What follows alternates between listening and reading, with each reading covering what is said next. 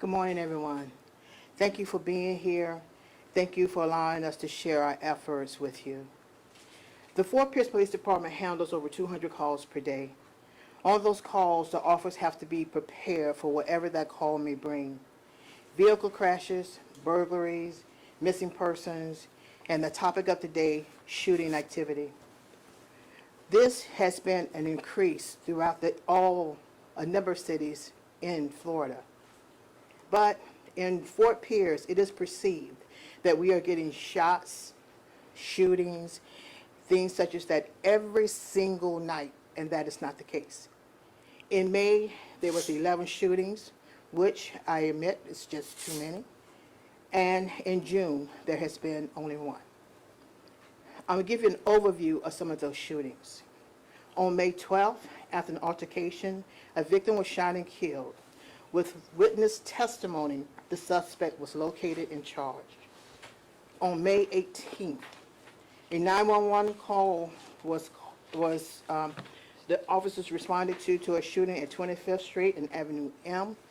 And as they was dealing with that victim, providing CPR, officers heard additional shots being fired. Officers bravely ran towards those shots. This is what they are trained to do. This is what they risk their lives to do. That is to find whoever was shooting. They encountered an armed suspect. After an exchange of gunfires, officers stopped that threat. What we did not know until the aftermath that 2 lives were lost. One was a beloved citizen of a community, and one was a beloved member of our family of this department. The executive staff and I, we were on scene as these things were unfolding. Through this tragedy of this horrific event and through their grief, we watched as officers and support staff remained dedicated in their investigation, which is still going on.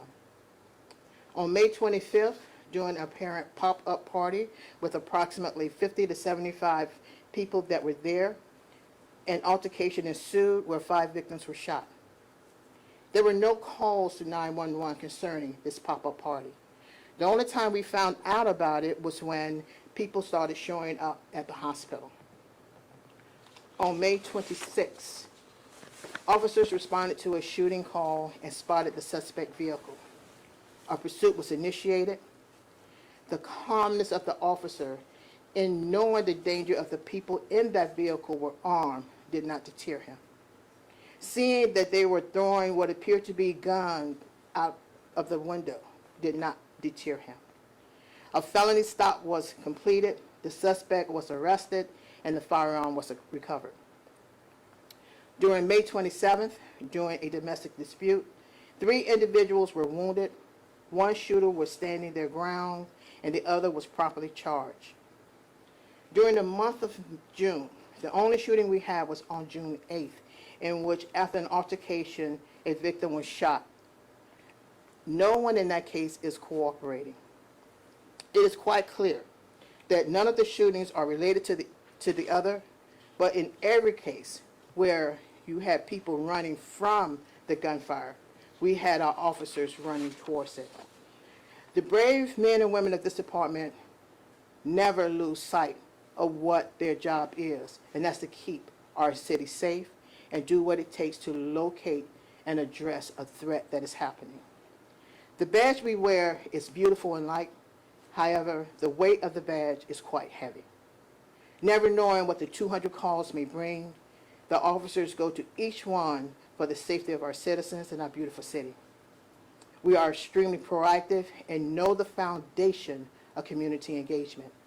In fact, our patrol falls under Community Policing Bureau, under the command of Deputy Chief.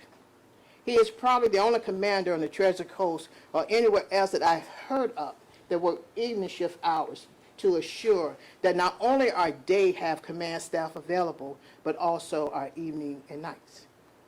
We change the way we do business because crime is fluid and we have to be able to adjust to that. And that is exactly what we have done. We have enhanced our patrols. We have formulated specialty units to address gun violence. We are working with our city officials in addressing our needs to include adding additional cameras throughout our city. We're working with our federal partners to bring federal charges to offenders. Our community engagement unit and victim advocates are extremely proactive in educating the public. They are also a part of our Courageous Kids program, which is a program that we have every Tuesday at 31st Avenue and Avenue G, 31st Street and Avenue G, my apologies, in the heart of Lincoln Park, where we are with those kids of the Lincoln Park community every Tuesday. We also are part of our Resources and Community Hope Rich House, which is a safe haven for the community. Gun violence is not just a police problem. It is all of our problems. The community must be involved. Some know who the shooters are. Some know where the guns are being kept. Some witness these events and remain silent. I applaud all the community leaders that are coming forth to stop the violence. The Fort Pierce Police Department will always do our part in keeping our residents safe. We stand by our motto, in honor we serve, but now I am pleading with the community that they have to do their part in keeping our community safe. They must. I applaud your efforts to all that is making that happen. I thank you for being here, and God bless you. Chief, why won't you answer any of our questions? Chief. So I have a, Okay, just so that we can recap what the chief has just mentioned, there are a lot of efforts that we're taking to address a lot of this violence. Just so that we can bring it down a little bit, May has been, we saw a spike in shooting activity in May. She described some of the events. I want to get back down to Will's question from earlier, where in the event, I believe on May 8th, where we had a shooter with multiple injuries and multiple deaths. One of the questions was that if we were able to determine whether Bernard Smith was the actual shooter for the entire thing. So as of right now, witness testimony, surveillance camera, and certain evidence suggests that he is the person. However, for us to definitively say that that is it, we have to wait on the science to come back. We have to wait on ballistics to match the rounds that were fired. We have to wait on toxicology, essentially the medical examiner's report, so that we can definitively say that in fact was him that was responsible for all of the deaths and the shootings. So just generally speaking, it appears that Bernard Smith killed both, or fatally shot Mr. Benjamin and Devin, I can't remember his last name, the gentleman who works here. Yes. And then the exchange of gunfire with the police. With the police, correct. Yes, sir. if the police chief won't answer questions from the media, why should members of the community feel confident to answer questions from police? Because the police chief has been involved with the community. She has been out there, she has been working with community leaders on her own with the police department, so she is answering questions. Can you list some of those specific community meetings I will that she's provide gone to? you with those contacts afterwards. I don't have that information with me, Because we've spoken correct? with a bunch of people who have gone to community meetings to talk about solutions of violence. I'm sure you know the mayor and commissioners have been there, and the police chief has not been there. There hasn't been anyone with a badge. That's part of the frustration they've been telling us. That's why I'm trying to understand that. I appreciate that, and I appreciate you bringing that to our attention, because it's important that we recognize the fact that you guys are here to shine some light on whatever it is going on. And you're absolutely right. The community we have a moral obligation to provide the community with this information. Now, I can tell you that the chief cannot be everywhere all the time, okay? She has been, and I will get that information to you after this. I will get that information to you as to who she met with after the fact. And those did involve community leaders. Why is the chief not taking questions on this today? That is something for me to discuss with her after the fact, and we will be able to provide something to you after. Now, it doesn't prevent us from future meetings so that she can be able to provide some more answers. As these cases evolve and as time moves on, we will be able to provide additional information. Now, just so that you can see what's going on with this spike in violent crime. Understand that there are a lot of moving parts to this. Understand that it's not just us out there fighting crime. The chief is in constant communication with our city staff to ensure that the police department is provided with the tools that they need to address a lot of these spikes. That is continuous. That is something that needs to be done all the time. Now, I cannot speak for the city officials. I'm not here on behalf of the city officials. I'm here on behalf of the police department on what we are doing and the strategies that we're employing to address the crime. Let's That's talk- what we're doing right now. Amber, do you have any questions before I fire some more? Yeah, when it comes to strategies, you guys mentioned some strategies. So Yes. what are some changes that you guys are making to help combat the issue? Sure. So what we have done is we've taken an all-encompassing approach to crime. And if you bear with me a little bit on here, I'll explain to you what this is. So what we have is that once we start identifying patterns and trends for specific crimes, we look at that and we see how many disciplines from the police department we can address or put towards that particular problem. So you have one problem, and let's say you have 4 different missions within the police department itself. Every single discipline is afforded the opportunity to apply their mission to that particular problem. So we took one problem and we spread it out amongst different disciplines because everybody can see things through different lenses. So you have community engagement, which sees it through a different lens. You have patrol, which sees it through a different lens. You have these units that we are going to be incorporating, which are violent crime units.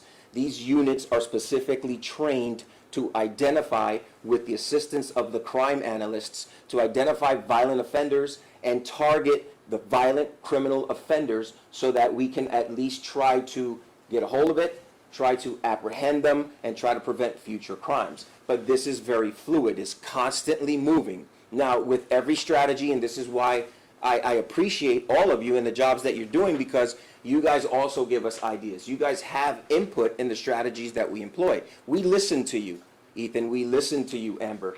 We may not talk to you right then and there, and we will eventually, but we do listen to what you say, and we listen to your concerns, because your concerns are what you're getting from the community. We fully understand that. So we're trying to address all of those things. That's just one strategy.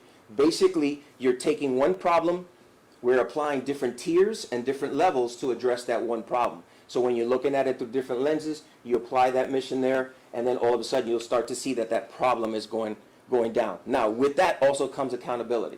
So if you have a particular unit, let's say, that's addressing a particular problem, that unit is held accountable to ensure that everything and all the steps are taken to address that problem. And that is spread out amongst the entire agency. That's just one strategy. The other strategy we have is developing a relationship and fostering relationships with the community, encouraging them to come forward. A lot of these crimes have occurred, and I can tell you that the success rate on our cases are higher, significantly higher, when the community is involved. When the community talks to us, when the community calls 911, our success rate is significantly higher because of that. And I want to thank the community for that, because that's important to be able to recognize them for that. Now, the other side to that is that there are instances, and in the packet that was provided to you, there are some incidents where the community did not reach out to us. We found this out after the fact. So we have people that are showing up at the hospital that are injured. Hospital staff notified police. Now we're finding ourselves working backwards, trying to identify crime scenes, trying to locate witnesses, trying to locate victims. So these are all of the things that we're confronted with on a daily basis. But give me 1 second. I definitely want to highlight the good work, the great work on the part of our officers. I want to take one case in particular. That's the case that you were talking about with Bernard Smith. In that particular case, we had an individual that, according to witness accounts, they saw this particular suspect earlier in the day, and they explained it as him being somewhat acting erratic. Okay? Witness accounts believe that this person may have been under the influence of some unknown substance. They don't know what it is. They just know that this person was acting erratic. Officers respond to a call of a shooting. When the officers get there, they start addressing that shooting scene when they hear shots being fired in the area. Understand one thing. These officers ran directly to the gunfire, something that no one else does. These officers are trained to do that. They go to the gunfire and they try to eliminate any threat that is posed on the public. When they went to another location where the gunfire was, there was evidence of a shooting, but there was no suspect there. They moved on to the next one, typical of an active shooter situation, where now all of a sudden a suspect is encountered a few blocks away, and that's when there was an exchange of gunfire between the officers and the suspect, ultimately resulting in the death of the suspect. Now, just to point something out to you, that is the second one officer involved we have with a suspect firing at the officers first this year. Understand that there is a lot of violence going on, but we are taking the right approach through strategies, through listening to you folks, listening to the community. We're open to engage with anyone to help us with the strategies that we put into place because we're taking a holistic approach to this. Like I mentioned before, we can do our work, but we're also open and amenable to your suggestions so that we can implement that in our plans. And that's one of the important things that I wanted to highlight about that. Yes, sir. Go ahead.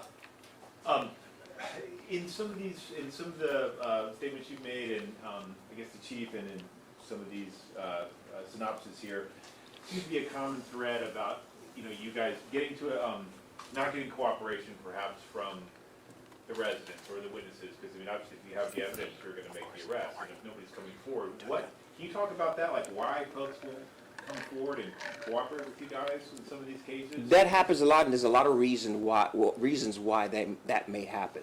It could be that they're scared. They're terrified of coming forward because they live in these neighborhoods. It could be that that's just not how they grew up, basically telling on somebody else. Or it could be that maybe they just don't trust the police. It's a common thing that happens. How we overcome that is by trying to foster the relationships with the community, which the chief mentioned a couple of programs that we use to encourage that relationship, such as the Courageous Kid, grabbing and addressing the kids at an early age to show them that there are other ways of doing things. They have options at their fingertips instead of going one way, instead of going the violent way.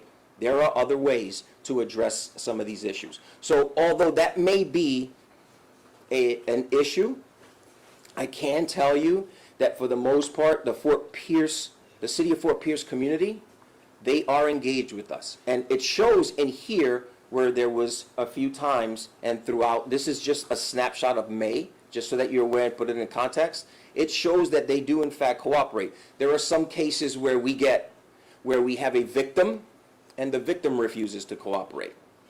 Okay, they're quite off. That happens more often than not. What do we do at that point if the victim themselves refuses to cooperate? So what we have is that the violence continues because nobody's coming forward. That's not to say that we can't. I love the city of Fort Pierce. I believe in the community in Fort Pierce. They want to assist in making sure that violence does go down in their area. I see it personally. I see it with all of the events, with the programs, Unity in the Community. You see everybody getting together, and that's important to highlight as opposed to all of the bad. Now, what you have behind me and what you have on your packets is a 6-month comparison, just so that you get an understanding. January 1 to June 11th of 2023, comparing that to January 1 to June 11th of 2024. Just to provide you with some perspective as to overall crime, violent crime, nonviolent crime. And it's important to make sure that we see that. Yes, there was a spike. Ethan, I cannot tell you why there was a spike in May. I really can't tell you that. I can tell you that it doesn't appear that any of these things are connected.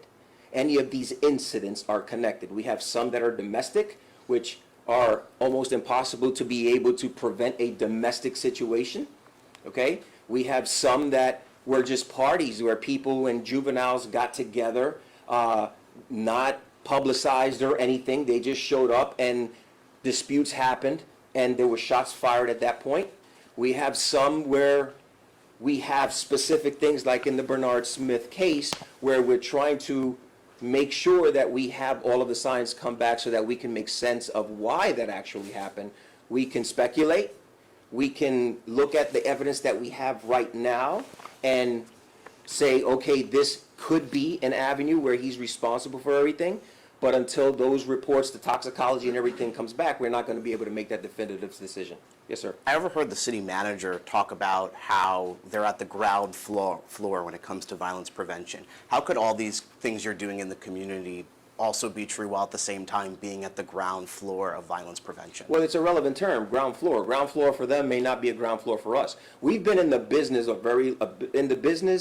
of community policing for a very long time. There are instances where some may perceive it as being the ground floor, but that doesn't necessarily mean it's a bad thing because it leaves us open to accepting more input. We could never say that we're at the top of our game as it relates to fostering relationships with the community because that's ever changing. That's constantly fluid. There's people moving in, there's people moving out, there's transients, there's all types in all walks of life. Our responsibility as a police department is we're constitutional police officers. We enforce the law under the Constitution, but we apply the law with humanity. That's important to note, that when we're out there enforcing our laws, the state of Florida and the Constitution, we're applying humanity to it. Now, with that comes the fostering of these relationships, where you may not be aware of some of the organizations that the chief, in fact, did communicate with. They may be community leaders from big areas. Now, some of those meetings that you may have attended, I'm not sure of her schedule, so I can't talk on her schedule. And we can talk about that later. I want to make But sure I that wanna we're make sure- considerate of everyone's time as well I just here. want to make sure that everybody understands that. I get that. I think what I'm asking is, you guys keep talking about this community policing, but yet you're also talking about people who are not cooperating with police. That sounds like to me that your community policing model is not working. No, it is working, because we also, in the same packet, have people that are cooperating. It's not a perfect science. Policing is not a perfect science. People are not perfect sciences. We're all different. So as we approach different people, we will apply different strategies. It's not going to happen overnight. This didn't get like this overnight, so it's not going to take overnight to actually put a plan in place to address it. So there are also shifts. Sometimes things happen at certain parts of the year, at certain parts of the time. That holiday season, we all know that it's a very tough season for people. We don't know, and there's so many influences to what's going on. We have the socioeconomic influence, we have the geopolitical influence, we have personal influences, we have just perception of everything. We try to ensure that the perception of the police department is positive. We try to get everybody to come with us. We try to talk to everyone we can. Some people will tell us, we don't want to talk to you.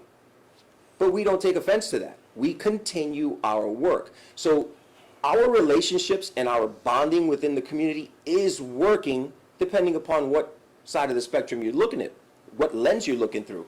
Because as you can tell, if this would have been filled with people that are just absolutely not cooperating, I would have probably agreed with you.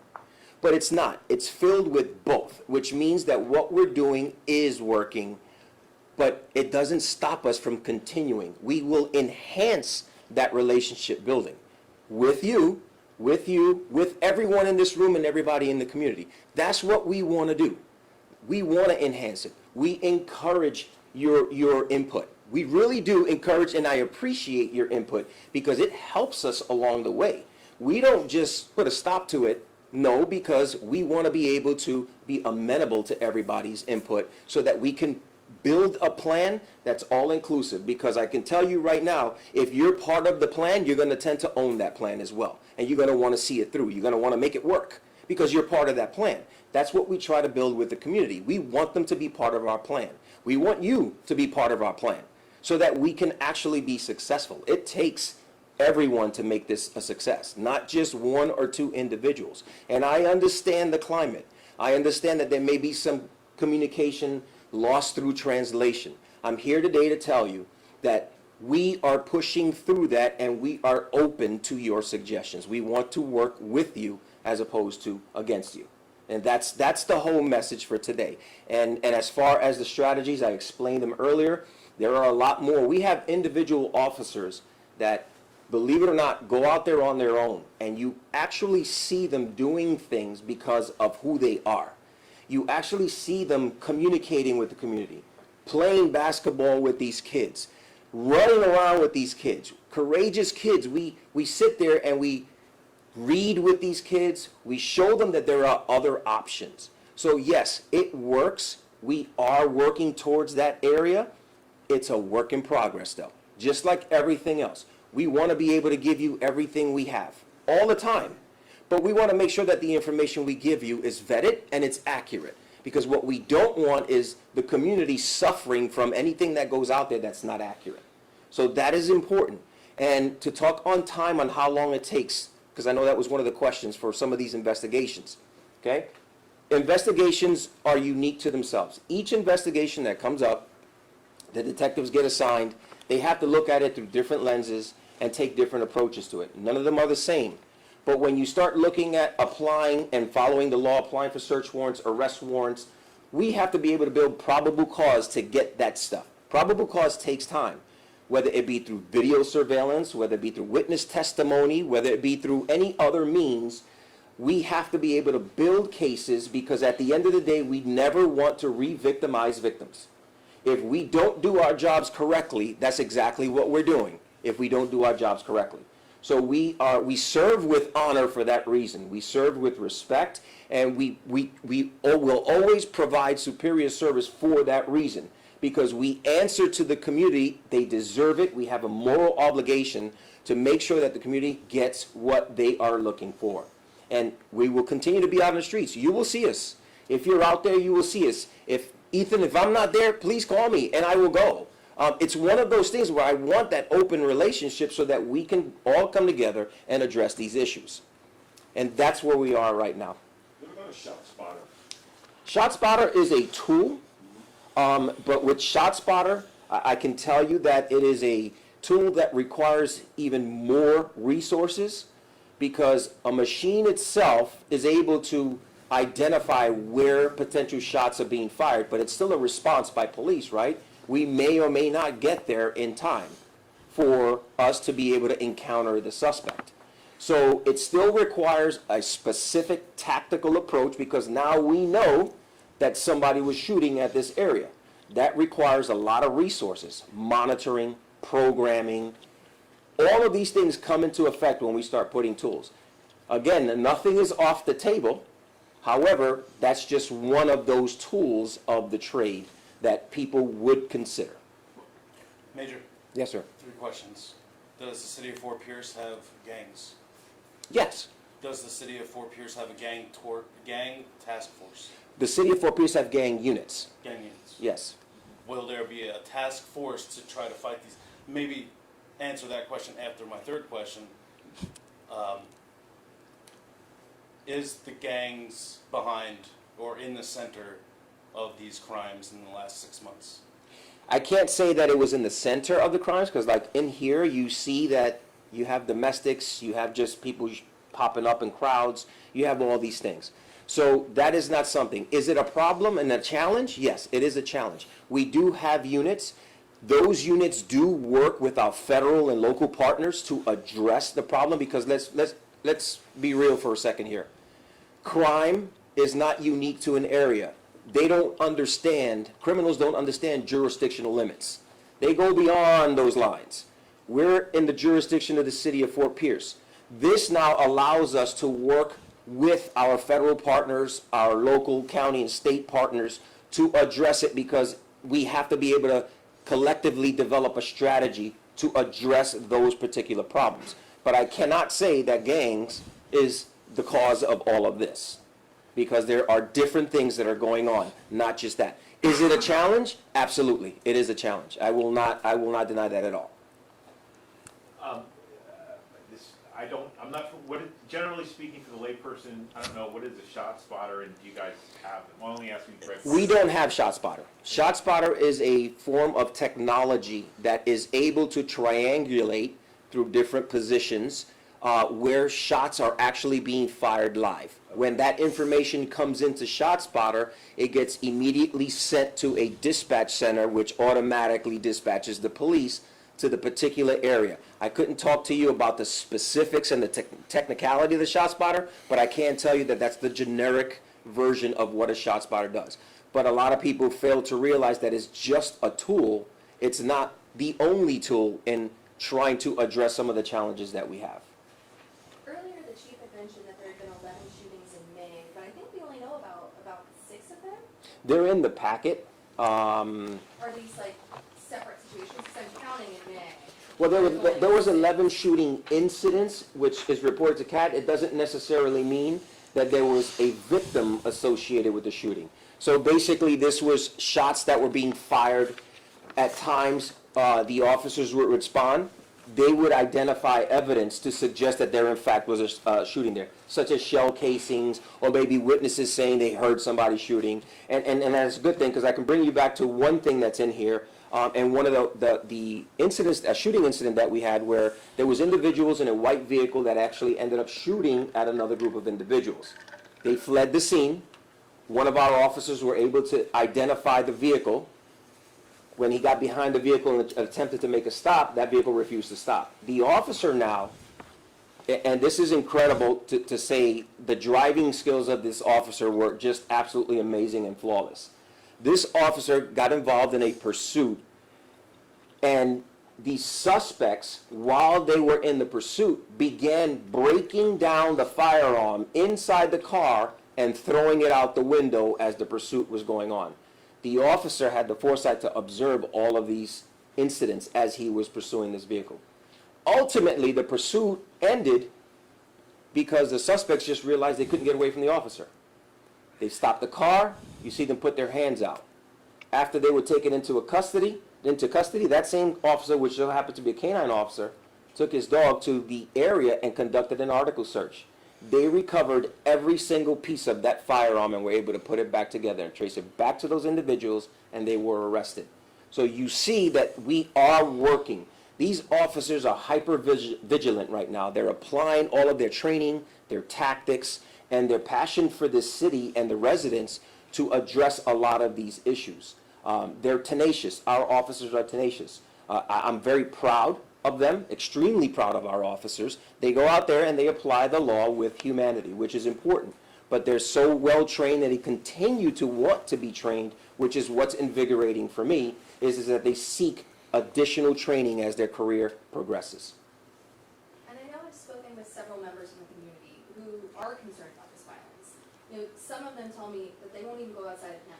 Do you have anything that you'd like to tell those community members? Yeah, talk to the police. And if there are any particular issues in certain areas, we accept those phone calls. They have the ability to either dial 911, they can call the Crime Stoppers anonymously if they feel that they don't want to be directly involved. They can call the police department and say, hey, I want to be anonymous, but this is what's going on. We respond and we try to saturate certain areas that become problems. And this is going back to that strategy that I spoke to you about earlier, where if there's a particular problem area where we identify a pattern or some trend that's going on, we send all of our disciplines there, because a patrol officer is going to see something different than a community engagement officer. They're trained differently. So they're able to apply their own training and education and know-how to one particular area to address it. We cannot fix everything all the time.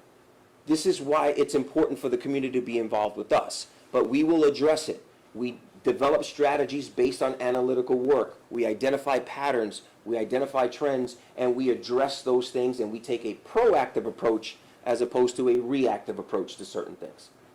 Sorry, I'm maybe a little bit confused by the answer to that question. So if I'm scared to walk outside my house at night in the Northwest neighborhood, your answer should be that I should call 911 to give you information about cases? If you're scared for a reason, you call 911. But the strategy that we're devising, once we identify that there's a particular area where people feel scared, that's where we send our different disciplines to address whatever concerns they may have. In other words, if you live in a particular area where you feel that it is unsafe because of violence, gun violence or whatever, what we end up doing is that we make that as part of our strategy. We look at it from different lenses, and we apply our resources to that to address it. Then we make contact with that person, Okay. and that's how we do it. So that's I what see we what you're do looking through for. every area of the city to ensure that everybody is recognized. I'm sorry, I feel like we haven't we haven't asked this question yet, so I just want to make sure I ask it. These shootings, they're in the Northwest. Why do you think all these incidents happen at that part of town? There's no rhyme or reason for certain things. Like I said, there's so many influences, outside influences, that can affect a particular area. Geopolitical, socioeconomic, whatever it is. Again, though, there's so many people in that area that are wonderful people. Absolutely wonderful, which is why we're so committed to ensuring their safety and working towards that. That's why it's important for us, because the majority of the people in there are incredible people. Yeah, no, you're fine. I just want to make sure I asked it directly. Yeah. I'm Is good. that all? What else should I ask you if I was smarter? Are you guys gearing up for this weekend? It's Father's We Day. have already in hand, well, you do know that Father's Day is the 18th holiday that's celebrated, right? So Father's Day, they don't like fathers for some reason. I don't know what it is. It's not important. But we do have enhanced patrols. Okay, so we do see certain areas. And again, I want you to understand the whole policing aspect of this. We go through strategy. We go through an analytical work. We try to identify patterns that have occurred, and we try to focus our resources to those patterns so that we can address them. So we do have enhanced patrols, and we do have teams that are constantly working to ensure and identify certain areas that may be problematic. Any But last push that you want to tell the community, like any important information that you want community members to know? Yeah, we're absolutely here for you, for the community. We're committed to them 100%. We are working with city officials to provide us with the tools that we need to ensure the safety and security of everyone in the community. We're open. Call me, call anybody here. We'll interact with you. But I want to assure them that we are there for them. Absolutely there for them. Right? Yes. Just to review, specifically speaking of the gunfire incidents and homicides in May, and you mentioned that there was nothing necessarily linking them all together, whether it's gangs or drugs or what have you. That's got to make things pretty tough. I mean, it just doesn't seem like there's really any pattern, I suppose. There wasn't, but if you look at the map, Well- we start to address those areas by putting different resources in those areas and enhance our efforts. So, again, for those people and community members who do legally possess firearms, we're encouraging them to be responsible about it. Please don't leave any firearms in your cars. That is something that can be problematic. We don't want to give anybody that is not legally able to possess a firearm, we don't want to give them those opportunities to possess it. So it's important that gun owners be responsible and ensure that their stuff is locked up. Make sure that their vehicles are locked at night. Do your 9 p.m. routine check. 9 o'clock every night, set your alarm clock. Go around and check your cars to make sure they're locked. Check your doors to make sure they're locked so that we don't have any issues with that and things being stolen and used in other crimes. So that's what's important, and we all have to look out for each other. We're a community here. The police department is part of the community. It's important that we all work collectively for that one goal, which is the safety and security of everyone.